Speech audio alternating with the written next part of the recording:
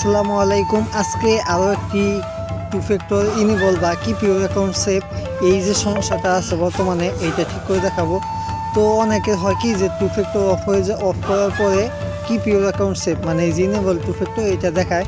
তো আরও একটি কাস্টমার আমাকে কাজ দিয়েছিল, তার অ্যাকাউন্টেও এই সমস্যাটা হয়েছে। তো এইটা এখন ঠিক করে দেখাবো। আপনাদের যাদের এইরকম সমস্যা আছে তারা চাইলেই স্ক্রিন দেওয়া হোয়াটসঅ্যাপ নাম্বারে যোগাযোগ করতে পারেন।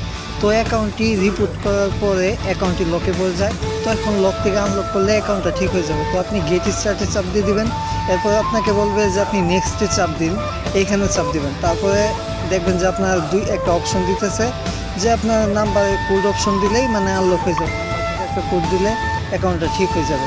তো যেহেতু এইটা আমার একটা কাস্টমার ছিল, আর আপনাদের আমার থেকে যা যা সার্ভিস পাবেন এটা হলো lock ID unlock, two factor bypass, কিপিও অ্যাকাউন্ট সেভ, ফেসবুকে যত সমস্যা আছে এইগুলো।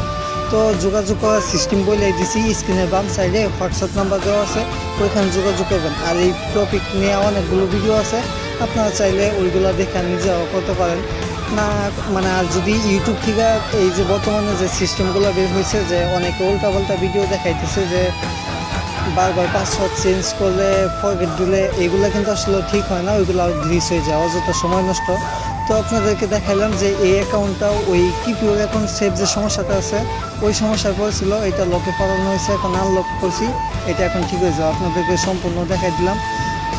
তো এতক্ষণ ভিডিওটা দেখার জন্য ধন্যবাদ। আর আপনাদের যাদের সমস্যা আছে তারা চাইলে স্ক্রিন তো হোয়াটসঅ্যাপ নাম্বার যোগাযোগ করবেন। আর যদি নিজেরাই করতে চান তাহলে অনেক ভিডিও ছাড়া আছে, ওইগুলো দেখে নিজেরাই মানে করতে পারেন যদি ইনফরমেশন আপনার কাছে থাকে।